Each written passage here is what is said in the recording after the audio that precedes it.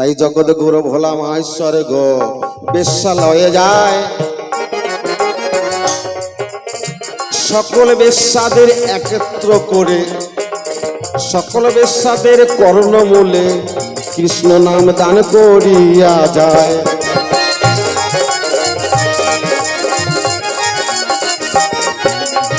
সকল বেশ্যাদেরকে একত্র করে ডেকে সকলের করণে হরিনাম মন্ত্র দীক্ষা দিলেন।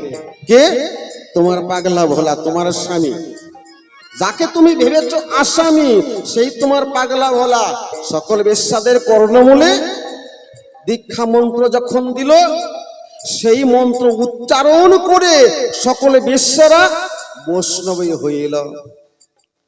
যখন সকল বেশ্যারা কৃষ্ণ মন্ত্র পেয়ে গো কৃষ্ণ মন্ত্র গায়, ধীরে ধীরে সকল বেশ্যাদের দেহে ভক্তি দেবী হয়েছেন উদয়।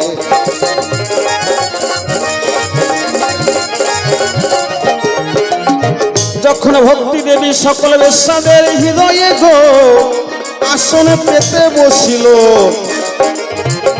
ভক্তি প্রেমে মাতুয়ারা হয়ে সকল বেশ্যারা নাম গাইতে গাইতে বৃন্দাবনে গেল।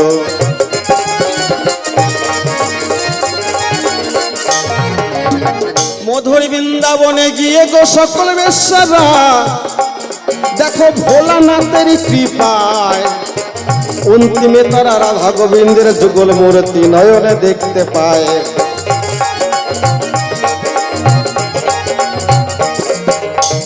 এই কারণে পাগলা ভোলা গো বেশ্যালয়ে গিয়েছিল।